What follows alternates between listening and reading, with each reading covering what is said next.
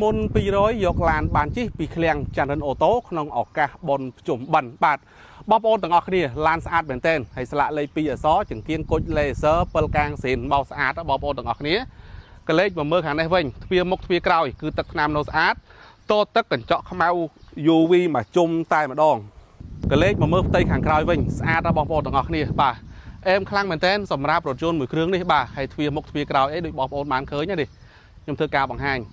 ទ្វារមុខទ្វារក្រោយគឺទឹកថ្នាំនៅស្អាតមកជុំហ្មងបងប្អូនទាំងអស់គ្នាបាទសម្បកកង់ថ្មីហើយយ៉ាន់បាញ់ពណ៌ខ្មៅហើយ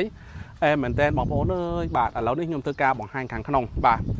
រថយន្តនេះពណ៌សប្រភេទក្នុងលឿងហើយ highlight ពុកស្បែកក្នុង cherry បងប្អូនណាបាទនេះអែមខ្លាំងណាស់បងប្អូនទាំងអស់គ្នាបាទហើយមានប៊ីតុងចុច7បងប្អូនទាំងអស់គ្នា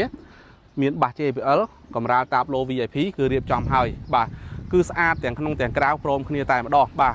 អញ្ចឹងសម្រាប់រថយន្តមួយគ្រឿងនេះបាទបងមុនតែ200ទេបងប្អូនយកឡានបានជិះហើយសម្រាប់ការបងរំលោះឈរឈ្មោះតឯងអត់ចោះសិក្សាដល់ផ្ទះអតិជនបងប្អូនដែលចង់បានរថយន្តនេះពិតប្រាកដអាចតំណែងតំណងដាក់ពាក្យបងរំលោះបានមានឯកសារគ្រប់សិក្សា 4-5 ម៉ោងដកឡានបានជិះហើយការបងរំលោះគឺអត់ប្រកាន់មុខរបរអត់ប្រកាន់ការងារអ្នកនៅបន្ទប់ជួលក៏បងរំលោះសុទ្ធបានពីច័ន្ទរិនអូតូ